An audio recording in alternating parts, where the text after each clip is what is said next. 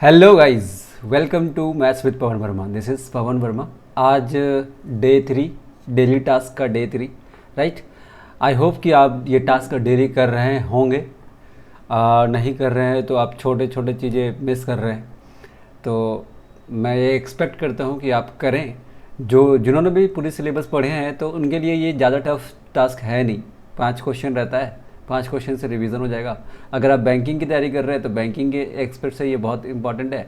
अगर आप एसएससी की तैयारी कर रहे हैं तो आई थिंक परमुटेशन कम्बिनेशन के जो सवाल आते हैं उसको छोड़कर बाकी सारी चीज़ें आपके लिए सिलेबस में है। और बाकी जो भी एग्ज़ाम के लिए तैयारी कर रहे हैं जैसे कि रेलवे वगैरह, तो उसमें भी ये है सारी चीज़ें, राइट। मतलब कॉन्सेप्ट तो है ही, इतना हाई लेवल का तो नहीं होगा, ये मॉडरेट लेवल है। ये जो सवाल होते हैं ये मॉडरेट लेवल होते हैं। तो कीजिए, टाइम निकालिए। जो नहीं बनता है उसको आप वीडियो के थ्रू सॉल्यूशन देख सकते हैं, समझ सकते हैं। और जो समझ ना आए उसको कमेंट करके ज़रूर बताएं। और आप अगर देखते हैं तो कुछ भी कमेंट किया कीजिए यार। कमेंट करने से क्या होता है ना, मुझे एक अलग तरह का मोटिवेशन है, चलो कोई तो देख रहा है ना। अब इस तरह से पता नहीं चलता कि कोई देख रहा है या नहीं देख रहा है। खैर ठीक है, चलो स्टार्ट करते हैं डे 3 का टास्क। ओके ओके, तो यहाँ पे टेलीग्राम चैनल का लिंक है।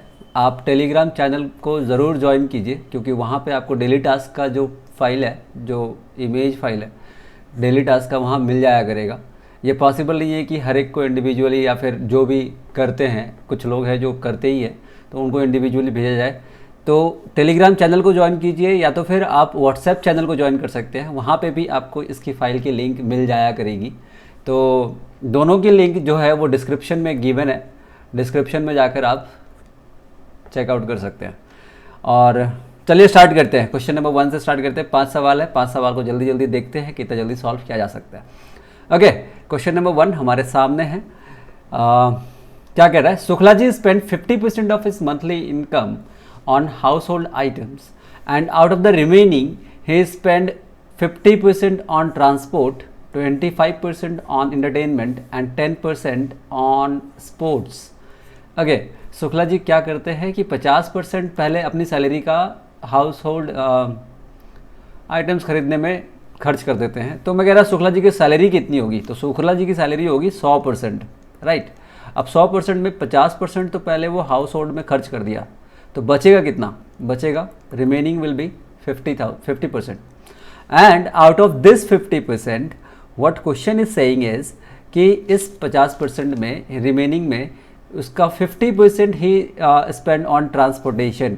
मतलब इसका 50%, तो 50 का 50% is 25, correct. Then 25% on entertainment, इसका 25%, इसका 25%। तो 50 का 25%, यानी कि 50 का 50% तो 25 हो गया, तो उसका भी हाफ, यानी कि 12.5% यहाँ हो जाएगा। एंड 10% ऑन स्पोर्ट्स, इसका 10%, तो इसका 10% कितना होगा? 5, राइट। तो इस तरह से देखा जाए तो यहाँ पे कितना एक्सपेंसेस हो रही है? तो 25, 12.5 एंड 5, इन सबको ऐड कर दो तो आता है 42.5%। तो पहले वो 50% हाउस होल्ड के लिए खर्च कर रहा था, उसके बाद रिमेनिंग में से इस तरीके से ट्रांसपोर्ट के लिए, एंटरटेनमेंट के लिए, स्पोर्ट्स के लिए खर्च कर रहा है 42। तो 50 प्लस 42 यानी कि 92.5% उसने खर्च कर दिया, राइट। 92% खर्च कर दिया। Then the remaining amount left is 1800। तो 100 में से अगर 92.5 सब्सट्रैक्ट कर दें हम, तो बचेगा कितना? 7.5% बचेगा। और 7.5% मतलब हो गया 1800 रुपये। तो क्या पूछ रहा है? पूछ रहा है what is 62% of Shukla ji salary. Shukla ji income का, शुक्ला जी का जो इनकम था उसका 62% कितना होगा? यानी कि मेरे को 7.5% पता है, तो मेरे को 62% की वैल्यू निकालनी है। तो मैं डायरेक्टली लिखता हूँ 1800 डिवाइडेड बाई 7.5, पॉइंट को मैंने ऊपर कर दिया और 62 से मल्टीप्लाई कर दिया। बस इतना ही करना है और इसी को सॉल्व करके आपका आंसर आ जाएगा। तो इसको सॉल्व करते हैं तो किससे कैंसिल करें? हम 15 से काटते हैं। 15 के टेबल में 5 टाइम्स, 15 के टेबल में 1 टाइम एंड 2 टाइम एंड 00। और 5 से कैंसिल अगर किया जाए तो दिस विल बी लाइक 240, यानी कि 240 इंटू 62, दैट्स इट। तो 24 into 2 is 48, carry is 4, 24 6 times is like 144 plus 4 148 and 0, this is the 62% of Shukla ji salary. तो इसका ऑप्शन कौन सा हो जाएगा, ऑप्शन हो जाएगा ऑप्शन ई हमारा आंसर हो जाएगा। तो बस इतना सा करना था, ये समझाने के लिए हमने लिखा था, राइट। तो ये हो गया आपका पहला क्वेश्चन सॉल्व। आते हैं सेकंड क्वेश्चन पे। सेकंड क्वेश्चन देख रहे हैं, कह रहे the cost of fencing a circular plot at the rate of 12.5 rupees पर मीटर इज ₹2475। रेट क्या है, 12.5 रुपये करके पर मीटर। तो कितना लग रहा है, 2475 रुपये लग रहा है। क्या कह रहा है कि कॉस्ट ऑफ फेंसिंग, मतलब एक सर्कुलर प्लॉट है, अब उस प्लॉट में हम बाउंड्री लगा रहे हैं, चारों तरफ बाउंड्री लगा रहे हैं, तो बाउंड्री लगाने का रेट दिया गया है 12.5 रुपये पर मीटर। इस तरीके से 2475 रुपये यानी कि 2475 रुपीज़ खर्च हो जाता है। तो अब इस पर बाउंड्री जब लगाओगे तो इस पर क्या पता करना पड़ेगा, सरकमफ्रेंस बाउंड्री है ना। तो सरकमफ्रेंस ऑफ सर्कल का फॉर्मूला क्या होता है, 2πr। और 2πr में 12.5 रुपये करके जब हम खर्च करेंगे, जो भी इसकी बाउंड्री की लेंथ होगी उसमें 12.5 रुपये करके खर्च होगा पर मीटर। तो कितना खर्च होगा टोटल, 2475 रुपये, ये बताया गया है। ठीक है, तो बोल रहा है what will be the cost of fencing a square plot at the rate of 16.5 per metre if the radius of the circular plot is equal to the side of a square plot. इसका जो radius है वो एक square plot के side के बराबर है। जो रेडियस आएगा सारे स्क्वायर प्लॉट के साइड के बराबर होगा। फाइन, तो बोल रहा है क्या कि what is the cost of fencing of a square plot. इसमें अब बाउंड्री लगानी है मुझे। अब इसमें जब बाउंड्री लगाएंगे तो उसका रेट है 16.5 रुपीज़ पर मीटर। तो पहले तो मुझे आर की वैल्यू निकालनी पड़ेगी, राइट। आर की वैल्यू निकालनी पड़ेगी, तो मैं पहले इसको सॉल्व करता हूँ। दिस इज लाइक 2 × 22/7 × r × 12.5, इसको बाई में 10 लग दिया, दैट इज़ 2475। अब इसको कैलकुलेट करोगे आप, किससे कैंसिल कर दें हम, तो मैं 25 से कैंसिल करने की कोशिश करता हूँ। 25 के डायरेक्ट टेबल से कैंसिल करता हूँ, तो this is like 5 times and this is like 2 to 5 is 9 times, और फिर 3 कम है, यानी कि 25 में 3 कम है तो 2 to 5 अगेन 9 टाइम्स, और फिर 11 से कैंसिल करता हूँ। 11 के टेबल में 2 टाइम्स, 11 के टेबल में 9 टाइम्स, और 5 × 2 10 कट जाएगा, और 7 उधर जाएगा, राइट, 7 इधर आएगा। तो आर की वैल्यू क्या हो जाएगी, 9 × 7/2, यानी कि 9 × 7 दैट इज 63/2। तो इसको इसी तरीके से रख लेते हैं। तो ये साइड हो गई, ये रेडियस हो गया, राइट। और रेडियस के बराबर इसकी एक एक साइड की मेजरमेंट है, दैट इज 63/2। तो 63/2 अगर एक एक साइड है तो इसकी पेरीमीटर कितनी होगी, चारों साइड का लेंथ का सम करेंगे। तो 63/2 × 4 टाइम्स कर देता हूँ, तो चारों साइड की लेंथ मिल जाएगी मुझे। तो इसको भी कैंसिल करेंगे बाद में। अब ये लेंथ मिल जाएगी, तो यहाँ पे इसका रेट बताया गया था 16.5 रुपीज़ पर मीटर। तो 16.5 से मल्टीप्लाई करते हैं, तो बाई में 10 रख देते हैं। तो 2 से ये कैंसिल करोगे 2 टाइम्स, एंड 5 और 2 यहाँ भी मिल रहा है, तो 5 और 2 मिल रहा है, तो अब 10 भी कैंसिल, जहाँ भी 5 और 2 मिलेगा हम 10 कैंसिल कर सकते हैं। तो 5 से ये काटोगे तो कितना आएगा 33, और 2 से ये कट गया, यानी कि मेरे पास रह गया 63 × 33। ये आपका कॉस्ट हो जाएगा। तो इसको मल्टीप्लाई करें, 33 3 times is 9, carry is 9, 33 6 times is 198, 198 plus 9 तो 207, तो 2079 is the cost of fencing this square plot. इसका खर्चा कितना आएगा, तो 2079 रुपये। तो ये हो गया आपका second question, correct. Okay, then coming to the next one, again question number 3। Question number 3, okay, this is permutation and combination. कह रहा है out of 5 men 3 women a committee of 3 member is to be formed. 5 man हैं, मैं लिखता हूँ 5 man हैं और 3 women हैं। इसमें से 3 लोगों की कमेटी बनानी है, and that is has to be form so that it has 1 woman and 2 men। In how many different ways it can be done. तीन, इसमें से 3 लोगों की कमेटी बनानी है, इसमें से 3 लोगों को सेलेक्ट करना है। अब 3 लोगों में क्या कौन कौन होगा, तो कह रहा है कि 1 वोमेन होनी चाहिए और 2 मैन होना चाहिए 3 लोगों में। तो अब इक्वेशन क्या लिखोगे, तो भाई 3 लोगों की बात करें तो हमें women 3, out of 3 women I have to select 1 women. 3 women में से 1 वोमेन को सेलेक्ट करना है, तो लिखता हूँ मैं 3C1। And out of 5 man I have to select 2 man. 5 man में से 2 मैन चाहिए, तो 5C2।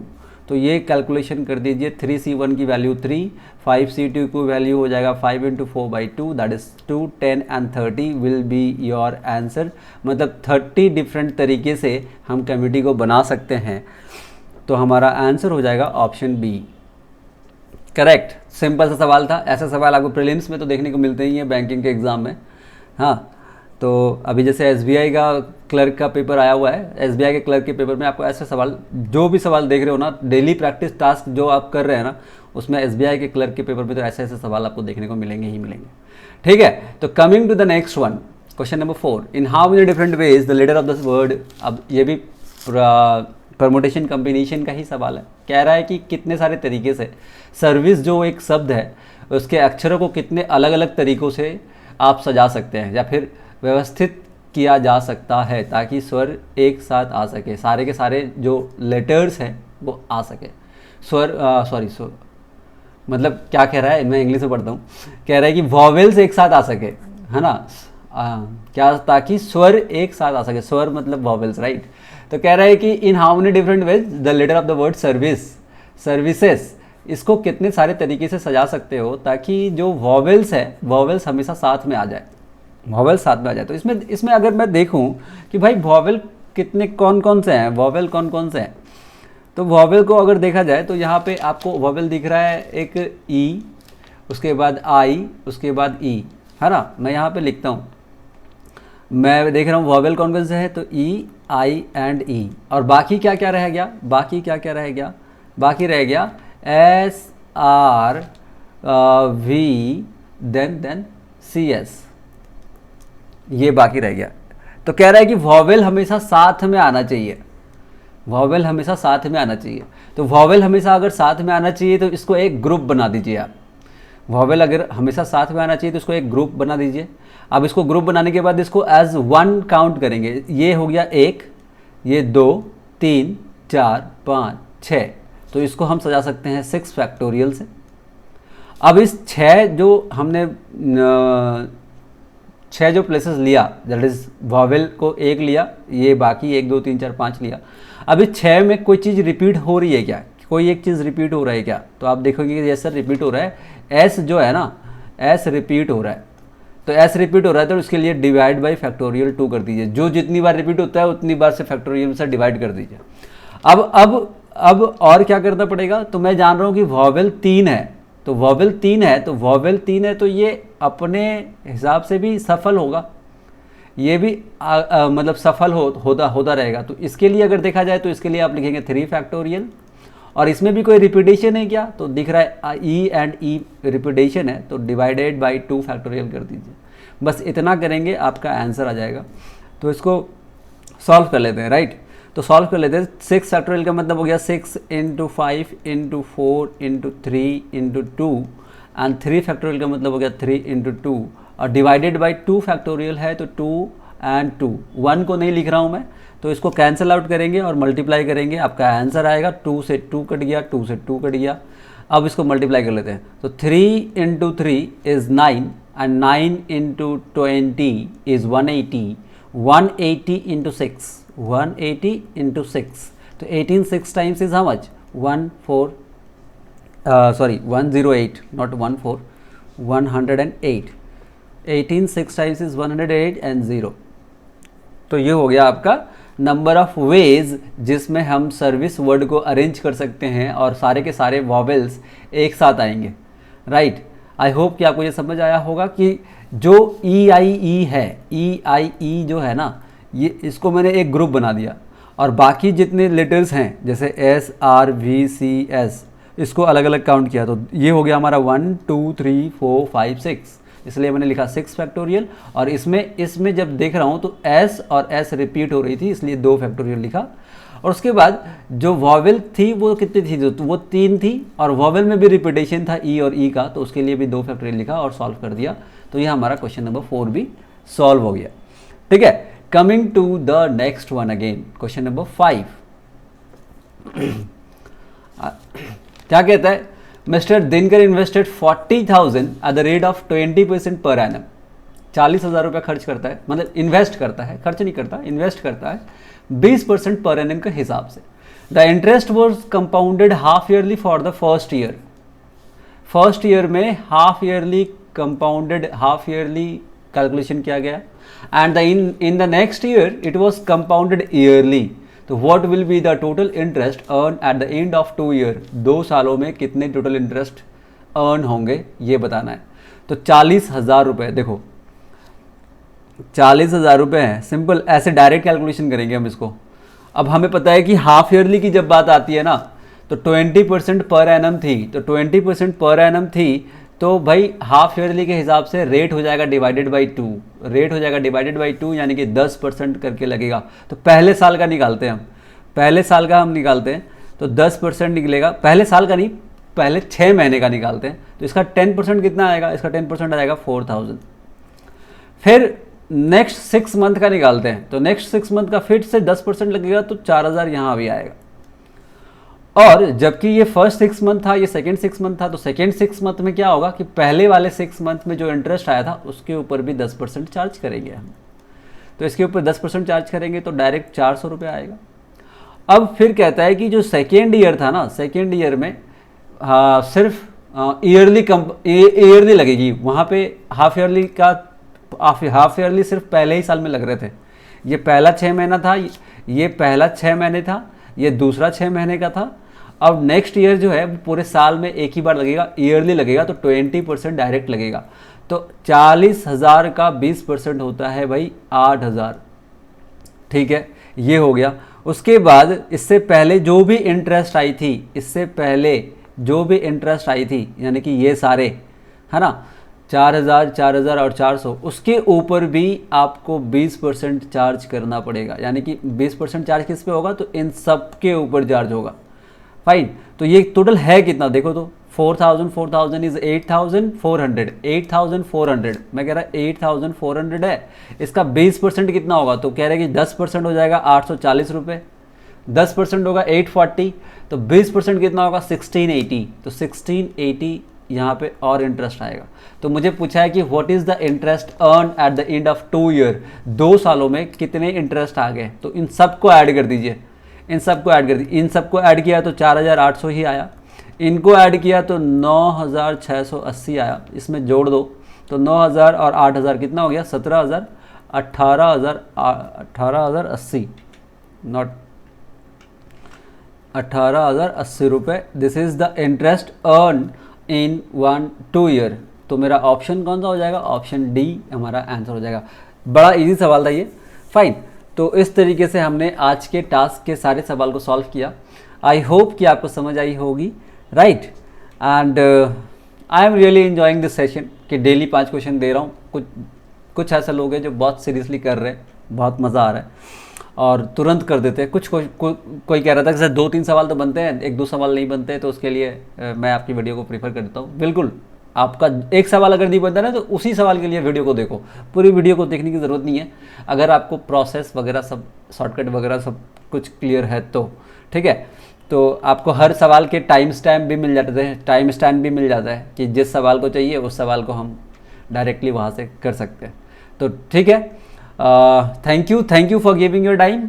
सब्सक्राइब करें चैनल में आप अगर नए हैं, और वीडियो को लाइक करें, वीडियो को देख रहे हैं तो वीडियो को लाइक करें, और ज़रूर कुछ कमेंट करें, कमेंट करके बताया करें कि भाई क्या कुछ भी लिख दिया करो यार, एक कोटेशन ही लिख दिया करो मेरे लिए कि मेरे को मोटिवेशन मिले कि मैं इस तरीके से बनाने जा रहा हूँ। ठीक है, टेलीग्राम चैनल को ज्वाइन करो, व्हाट्सएप चैनल को ज्वाइन करो। ऐसे ही मिलते रहेंगे हम लोग नेक्स्ट और भी वीडियोज़ लेकर। तब तक के लिए ध्यान रखें अपना। Thank you for giving your time, thank you very much, thank you, bye.